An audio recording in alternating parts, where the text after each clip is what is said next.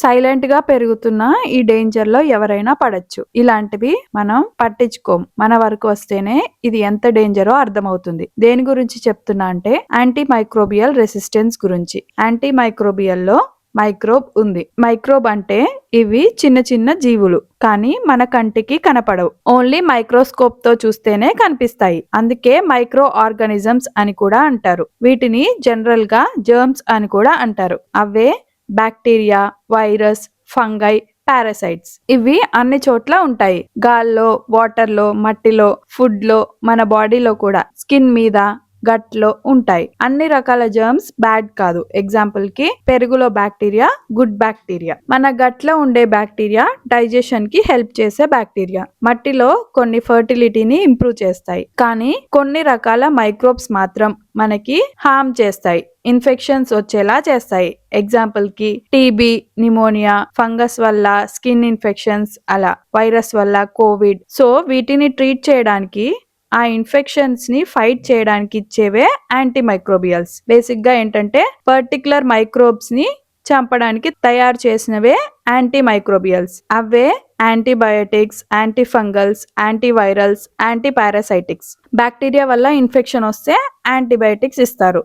Virus వల్ల వస్తే antivirals ఇస్తారు. ఫంగస్ వల్ల వస్తే యాంటీ ఫంగల్స్ ఇస్తారు. పారాసైట్స్ అయితే యాంటీ పారాసైటిక్స్ ఇస్తారు. యాంటీ మైక్రోబియల్స్ జర్మ్స్ మీద చాలా రకాలుగా పనిచేస్తాయి. జర్మ్స్ ని డెస్ట్రాయ్ చేస్తాయి, లేదంటే అవి రెప్లికేట్ అవ్వకుండా ఆపుతాయి. జర్మ్ సెల్స్ లోకి ఎంటర్ అయ్యి అందులో ఏదైతే మనల్ని ఇన్ఫెక్ట్ చేస్తుందో వాటిని టార్గెట్ చేస్తాయి. ఈ మందులు డెస్ట్రాయ్ చేస్తాయి. లేదంటే ఏవైతే రెప్లికేట్ చేస్తుందో, అంటే కాపీస్ తయారు చేసుకుంటుందో, ఆ పార్ట్స్ ని టార్గెట్ చేసి ప్రొడ్యూస్ అవ్వకుండా చేస్తాయి.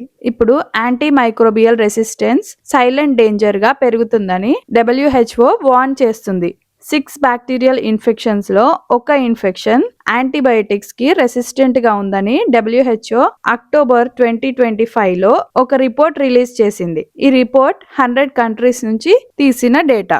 యాంటీ మైక్రోబియల్ రెసిస్టెన్స్ అంటే ఈ మందులకి జర్మ్స్ చనిపోవు, రెసిస్ట్ చేసుకుంటాయి, అలవాటు పడిపోతాయి. బేసిక్ గా ఆ మందుల్ని ఓడిస్తాయి. ఎక్కువగా వాడడం, అనవసరంగా వాడుతుంటే ఆ జర్మ్స్ మందులు ఏ రకంగా వాటిని చంపుతాయో తెలుసుకుంటాయి. అందుకే వాటిని చేంజ్ చేసుకుంటాయి. వీటినే మ్యూటేషన్స్ అంటారు. అలా మందుల నుండి తప్పించుకుంటాయి, చంపకుండా చూసుకుంటాయి. రెప్లికేట్ అవ్వకుండా ఆపేదాన్ని అడ్డుకుంటాయి. దీన్నే రెసిస్టెన్స్ అంటారు. ఎగ్జాంపుల్ కి ఫస్ట్ డే మన జిమ్ కి వెళ్ళామనుకోండి, 5 kg వెయిట్ చాలా బరువు అనిపిస్తుంది. అదే 5 kg వెయిట్ కొన్ని వీక్స్ తర్వాత నథింగ్ అనిపిస్తుంది. బేసిక్ గా అలవాటు పడిపోతాం. అలానే జర్మ్స్ కి కూడా వాటి కోసం ఇచ్చే మందులు నథింగ్ అనిపిస్తాయి. మైక్రోబ్స్ ఎక్కువ మందులకి రెసిస్టెంట్ గా ఉంటే వాటిని సూపర్ బగ్స్ అంటారు. ఈ మందుల్ని, అంటే యాంటీ మైక్రోబియల్స్ ని ఎలా రెసిస్ట్ చేసుకుంటాయో ఒక ఎగ్జాంపుల్ తో చెప్తాను. ఒక దొంగతనం గురించి చూద్దాం. దొంగేమో మైక్రోబ్ అన్నమాట, పోలీస్ ఏమో యాంటీ మైక్రోబియల్ ఏజెంట్, అంటే వాటి కోసం ఇచ్చే మందు.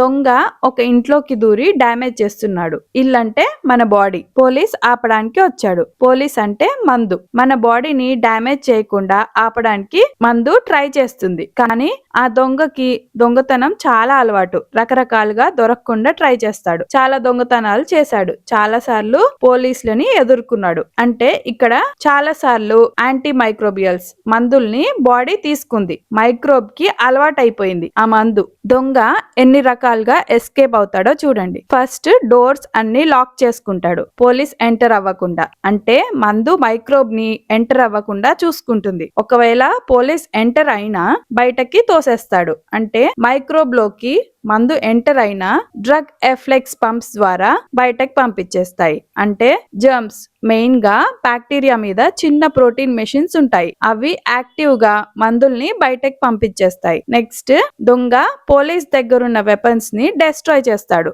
అంటే జర్మ్స్ కొన్ని రకాల ప్రోటీన్స్ ని వాటంతట అవే తయారు చేసుకుంటాయి. అవి మందుల్ని లిటరల్ గా బ్రేక్ చేసి నమిలి పడేస్తాయి, డెస్ట్రాయ్ చేసేస్తాయి. ఇప్పుడు దొంగ పోలీస్ కి దొరకకుండా సీక్రెట్ రూమ్ లో దాక్కుంటాడు. అంటే మందులు మైక్రోబ్స్ లో పర్టికులర్ పార్ట్స్ ని టార్గెట్ చేస్తాయని చెప్పాను కదా, అవి మాడిఫై చేసుకుంటాయి. అప్పుడు మందులకి ఇవి మైక్రోబ్స్ కాదులే అనిపిస్తుంది. సో టార్గెట్ మిస్ అవుతుంది. నెక్స్ట్ దొంగ ఎస్కేప్ అవ్వడానికి కొత్త కొత్త దారులు వెతుక్కుంటాడు. అంటే జర్మ్స్ ని ఒక రకంగా బ్లాక్ చేసిన వేరే పాత్వే కనుక్కొని బ్రతికేస్తాయి. సో ఈ రకంగా జర్మ్స్ అనవసరంగా ఎక్కువగా వాడే మందులకి అలవాటు పడిపోతాయి. బ్రతికేస్తే ఏమవుతుందంటే పైన చెప్పిన ఎగ్జాంపుల్లోలా దొంగ దొరకడు, ఇంకా దొంగతనాలు చేస్తా ఉంటాడు. అదే ఇంట్లో చేయొచ్చు, లేదంటే వేరే ఇళ్లలో చేయొచ్చు. అంటే ఒక ఇన్ఫెక్షన్ మళ్ళీ మళ్ళీ రావచ్చు. మందులు వాడి వాడి ఆ ఇన్ఫెక్షన్ కి మందులు పని చేయవు. చిన్న ఇన్ఫెక్షనే పెద్దగా అయ్యి హై డోసెస్ లో వేరే వేరే మందులు ఇస్తూ ఉండాలి. కొన్నిసార్లు అవి కూడా ఫెయిల్ అవుతాయి. ట్రీట్మెంట్ ఎక్కువ రోజులు పడుతుంది. ఎక్స్పెన్సివ్ లేదా ఇంకా పవర్ఫుల్ మందులు ఇవ్వాల్సి వస్తుంది. రికవరీ స్లో అవుతుంది. కాంప్లికేషన్స్ పెరుగుతాయి. ఇమాజిన్ చేసుకోండి, సీరియస్ స్కిన్ ఇన్ఫెక్షన్ లేదా బ్లడ్ ఇన్ఫెక్షన్ కానీ లంగ్ ఇన్ఫెక్షన్, బాడీలో ఏ ఇన్ఫెక్షన్ అయినా మందులు పని చేయకపోతే హాస్పిటల్లో ఇన్ఫెక్షన్ తగ్గక ఎక్కువ డేస్ ఐవి ఇంజెక్షన్స్ అన్ని ట్రై చేస్తుంటే ఎంత సఫర్ అవుతామో. సర్జరీస్ అప్పుడు తప్పకుండా ఇవ్వాల్సినవి యాంటీబయోటిక్స్, ఐసీయూలో ఎక్కువగా ఇచ్చేది యాంటీబయోటిక్స్. సో అవన్నీ రిస్క్ అవుతాయి, కంట్రోల్ చేయడం కష్టం అవుతుంది. ఫైనాన్షియల్ గా కూడా సఫర్ అవుతారు. ఇన్ఫెక్షన్స్ తగ్గక చనిపోతారు కూడా. మెయిన్ గా హాస్పిటల్స్ లో, హెల్త్ కేర్ సెట్టింగ్స్ లో జర్మ్స్ ఎస్పెషల్ గా బ్యాక్టీరియా మందులకి రెసిస్టెంట్ అయిపోతాయి. ఎందుకంటే ఎక్కువ శాతం ప్రిస్క్రైబ్ చేస్తుంటారు కాబట్టి. కానీ అప్పుడు అవి తప్పదు. ఎక్కువగా ఇలానే యాంటీ మైక్రోబియల్ రెసిస్టెన్స్ డెవలప్ అవుతుంది. అది అవాయిడ్ చేయడం చాలా కష్టం. మనం యూజ్ చేసేదే కాదు, వ్యవసాయంలో కూడా క్రాప్స్ కి యాంటీ ఫంగల్ స్ప్రే చేస్తారు, లేదంటే యానిమల్స్ కి యాంటీబయోటిక్స్ ఇవ్వడం. వీటి వల్ల కూడా యాంటీ మైక్రోబియల్ రెసిస్టెన్స్ డెవలప్ అవుతుంది. ఇలా రెసిస్ట్ అయిన జర్మ్స్ అన్ని స్ప్రెడ్ అవుతాయి ఫుడ్ ద్వారా, మనుషుల ద్వారా, వాటర్ ద్వారా.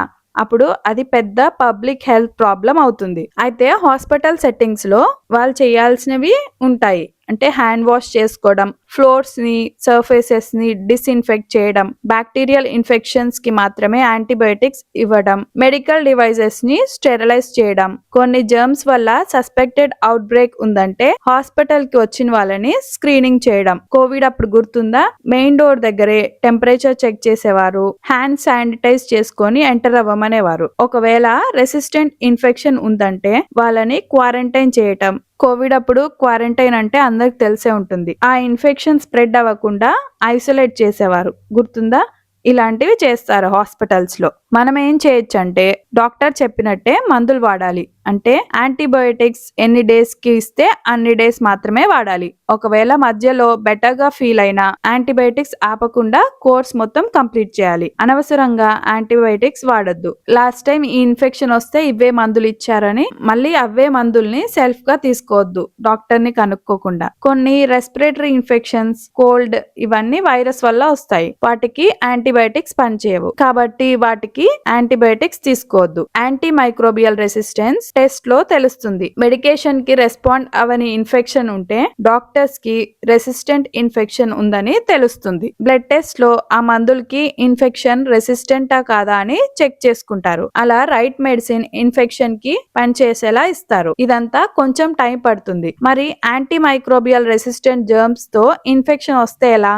ఇది డేంజరే, ట్రీట్ చేయడం కష్టం. డాక్టర్స్ ఏ మెడిసిన్ పనిచేస్తుందో అని ట్రై చేస్తారు. కొన్ని కాంబినేషన్ ఆఫ్ మెడిసిన్స్ ఇస్తారు ఇన్ఫెక్షన్ ని ఫైట్ చేయడానికి. ఎవరికి యాంటీ మైక్రోబియల్ రెసిస్టెన్స్ వల్ల ఎక్కువ రిస్క్ అంటే కొంతమందికి హార్ట్ దగ్గర ఒక స్పెషల్ ట్యూబ్, క్యాథెటర్ వేస్తారు మెడిసిన్స్, ఫుడ్ ఇవ్వడానికి. బ్రీతింగ్ ట్యూబ్, ఫీడింగ్ ట్యూబ్, ఏదో ఒక ట్యూబ్ బాడీలోకి వెళ్తే వాటితో జర్మ్స్ బాడీలోకి ఈజీగా ఎంటర్ అవుతాయి. ఇలాంటి వాళ్ళకి రిస్క్ ఎక్కువ ఉంటుంది. ఎక్కువగా యాంటీబయోటిక్స్ కి ఎక్స్పోజ్ అయితే బ్యాక్టీరియా ఎక్కువ ఆపర్చునిటీస్ వెతుక్కుంటుంది. అంటే ఆ మందులతో బ్యాక్టీరియా డెస్ట్రాయ్ అవ్వకుండా తప్పించుకుంటుంది. ఎక్కువగా యాంటీబయోటిక్స్ తీసుకుంటే బాడీ గుడ్ బ్యాక్టీరియాని కూడా డెస్ట్రాయ్ చేస్తాయి. ఆ గుడ్ బ్యాక్టీరియా వేరే మైక్రోబ్స్ ని కంట్రోల్ చేస్తాయి. సో గుడ్ బ్యాక్టీరియా డెస్ట్రాయ్ అయితే ఇన్ఫెక్షన్స్ వస్తాయి. వీక్ ఇమ్యూన్ సిస్టమ్ ఉన్నా కూడా రిస్క్, లేదంటే ఏవైనా అండర్లయింగ్ హెల్త్ కండిషన్స్ ఉంటే కూడా రిస్క్. హెచ్ఐవి వాళ్ళకి ఇమ్యూనిటీ ఉండదు. Blood cancers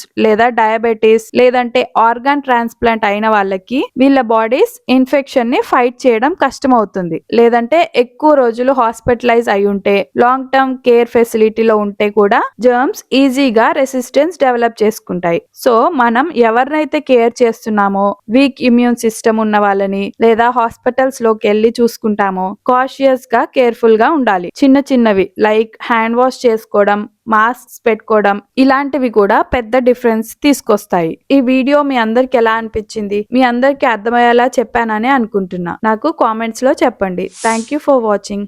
please subscribe.